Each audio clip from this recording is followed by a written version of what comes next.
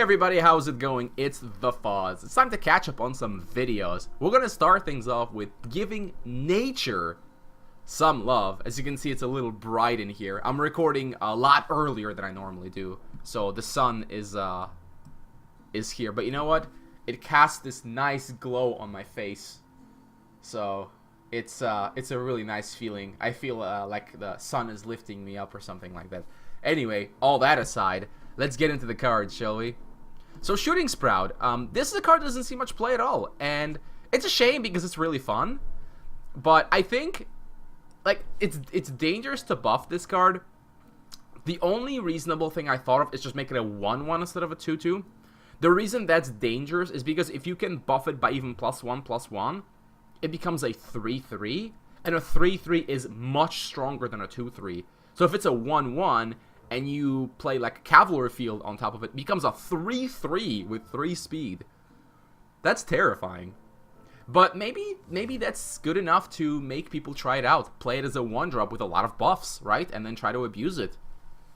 That's cool. The one way it is balanced is that nature doesn't actually have any permanent buffs other than like Gurkha Tribe. You know, not back in the day, Word of Vigor used to give Mind Emblems. Now, if you want permanent buffs, you need to put in like other aspects. Put in like Angelic Might or something. Might be really cool if it was a 1/1, because then you could just play it as a 1/1 and it like does something. Like it could oppose a Spoiled Aristocrat, for instance.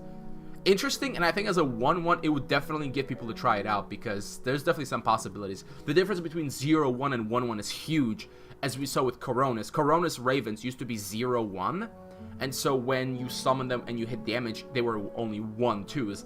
Since they became 1/1s and so 2/2s, when they got the first buff, Coronis started seeing a lot more play. So you can clearly see how that would make a difference. Dangerous, but might be really fun. Sprouting Totem is essentially the same thing. The reason it's bad is because Shooting Sprout is bad, and also Shamans just don't play like that. Summoning a bunch of 0/1s isn't going to do anything for them. But if they were 1/1s, that would be a different story. So I think if you buffed Shooting Sprout to be a 1/1, you would take care of this card. And Nature Shamans could actually become a thing where you use Sprouting Totem to just summon these 1/1s, and then with Totem of the Moon to get these scary boards of Shooting Sprouts beating you down. That would be interesting, and it would actually encourage Nature Shamans. Because right now, Nature Shamans are just worse than Corruption Shamans, because Corruption Shamans have better early game, and that's the Shaman's main weakness. So putting in Wolf Tongue is very nice, but it doesn't help when you're losing to aggro. But the corruption stuff does help. So yeah, that might be one way to help with this. Mantle of the Winds. So the Mantle is a part of a series of cards that cost 2 mana and either draw a card or go back to your hand, and they have some small minor effect. And like all the other cards, it doesn't see any play. What a shame. The main problem is constructed decks tend to follow a plan. You know, aggressive decks, they just build their curve, develop their board. You know, Mantle of the Winds is just too inefficient, and it's not really worth it. I thought if we made a card like this 1 mana, it might be good enough for people to actually try it out. Yes, it goes back to your hand, but it means the future copies of Mantle of the Winds get a little bit worse, since, you know, they just all go back to your hand and the effect is kind of small. But still, it would be interesting to see if 1 mana Mantle of the Winds is good. Yeah, you could start playing cards like Heavy Infantry, for instance, and if you bump up their speed suddenly, they get a lot better. Maybe zombies could splash this. You know, you put this on some of their zombies to get the extra speed boost. Could be pretty good. At 2 mana, it's not going to happen, but at 1 mana, it just might happen. So I'm not actually sure if that would be too good or not, but I would want to find out. And I think with buffs like this and with the Sprouting Totem, there's suddenly a lot more like good cards to look at. And that's what I want. Ritual of the Gardens. The main problem with this card is that the fairies are just not that good. Like, the idea with this card is that you want to put out like a high aspect, low mana creature, like Trance, right? So that you play turn 1 fairy, turn 2 fairy, turn 3 ritual, and play a Trance. That's nice, I guess, but it's not like that impactful. We don't have creatures that are 4 aspect and like 3 mana, for instance, or 4 aspect and 2 mana. Those kinds of creatures would be ridiculous with Ritual of Gardens, because you could just do it with 2 fairies, for instance, or just 3. You know, if you could put out something like a red dragon with just 3 fairies instead of 4, that might be something. But at the moment, all of the big creatures cost 4 mana or more, so it's not quite working out. I mean, maybe there's a deck here that we haven't explored, trying to put out things like Phoenix. You know, you have 3 fairies and then play a Phoenix, but it's a lot of effort, and this means that these cards will be dead in your hand until you get Ritual of Gardens. And you have to have fairies on the board, or again, it's a dead card. So there's a lot of hoops to jump through, and it's just not worth it. I'm not really sure if this card needs to be buffed, or if just fairies need a little bit more help, or if we need to wait for like better creatures that would work with this card. That said, I wouldn't want a card like this to be too good, because cheating out creatures like this could be really dangerous. I mean, we kind of got a taste of that with Molten Passageway, but at least with Molten Passageway, the creature goes away pretty soon. With Ritual of Gardens, it does not go away. And it even redraws itself, so you get the idea. Vegetation Blockade. Just like Mantle of the Winds, except even worse. I would actually like to see one of 2 things. Make it 1 mana, or make it last like a couple turns and give it energy, and it loses energy every turn. The problem is, again, 2 mana is just too slow. But if it costs 1 mana, it might be a little bit more interesting, because you could use it to oppose the early game a little bit better. Yes, it redraws itself for 1 mana, but you have to wait a turn before it draws itself. So it's not quite like 1 mana redraw. It's a delayed redraw, which I think is okay. Like, you can't like play it and just draw another card for 1 mana. You have to wait a turn. And with 1 mana, it might serve some control decks, because it would be a decent tool for blocking attacks early on. And, you know, redrawing at 1 mana, it would be an efficient answer, whereas at 2 mana, it's just not. The other way you could do it is make it not a draw card, but make it have like 4 energy, and then it just loses 1 energy every turn, and it stays on the board. In that case, it's a more expensive, but a longer lasting way to stop attacks. So, that's what I like to see. The Birchwood Invoker. Just give him 2 health, honestly. However, as far as the Invoker is concerned, the Nature Shamans just aren't a thing right now. And that's actually the main reason why he's bad.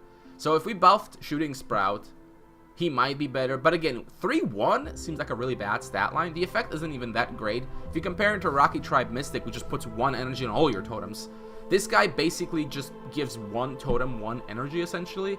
And then it's like he gains 1 energy when a totem dies. It's much worse than Rocky Tribe Mystic. So, yeah. Now, more copies of Rocky Tribe Mystic would be good, for sure. But, yeah, the Nature Shaman's not quite good enough. But, if you gave him 2 health, and you buffed Shooting Sprout, maybe it's worth a try. Wasps Warm. So, I would just like this card to be entirely redesigned. And in the past, I've had ideas for that. And my idea was, you turn this into an attachment, like a curse. You attach it to a creature. That creature gets -1/-1 every turn. When it dies, or leaves the field, you attach Wasp Swarm to another creature. Now, this is mandatory, so if you are the only one with creatures, Wasp Swarm goes on your creature.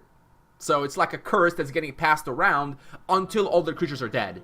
Then the Wasp Swarm just goes away. I think that would be an interesting tool for nature to deal with creatures. Like, you just put it on a 1 health creature and immediately eliminate it, for instance. I think that'd be really cool. Whereas this Wasp Swarm's just... It's like either completely useless, or you try to abuse it with the lane mechanics, where you put your guys in the support row so that Wasp Swarm doesn't affect them, and then they can go to the front again. Yeah. Primordial Treant. The simple problem with this card, it's a 1-speed creature that doesn't have Unstoppable, or any other effect that affects the board. Putting elves under him is just bad, because, like, you're putting in better creatures under him to slightly buff a bad creature.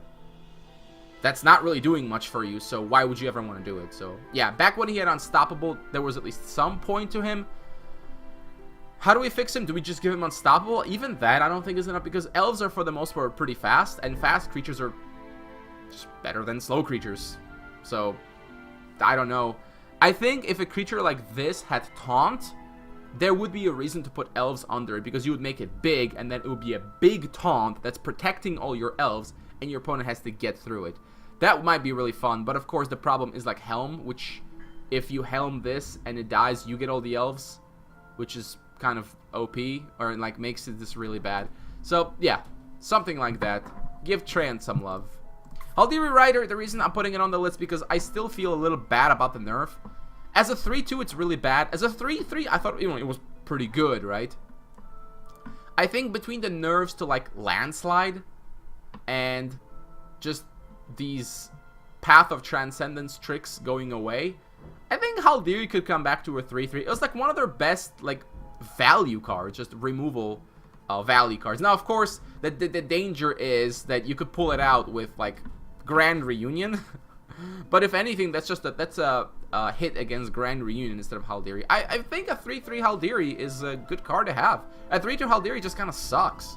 Like, if you really wanted it not to be 3-3, just at least make it a 2-3 so it can, like, hunt down smaller creatures. As a 3-2, it just trades with goblins. That's really bad. Just at the very least make it a 2-3 so you can use it to kill off, like, goblins and zombies and like garbage like that, so it actually has a purpose as like this response card, like it used to be, you know, when people weren't abusing it with Path and Hermelian. Anyway, that's it for nature. There may have been other cards.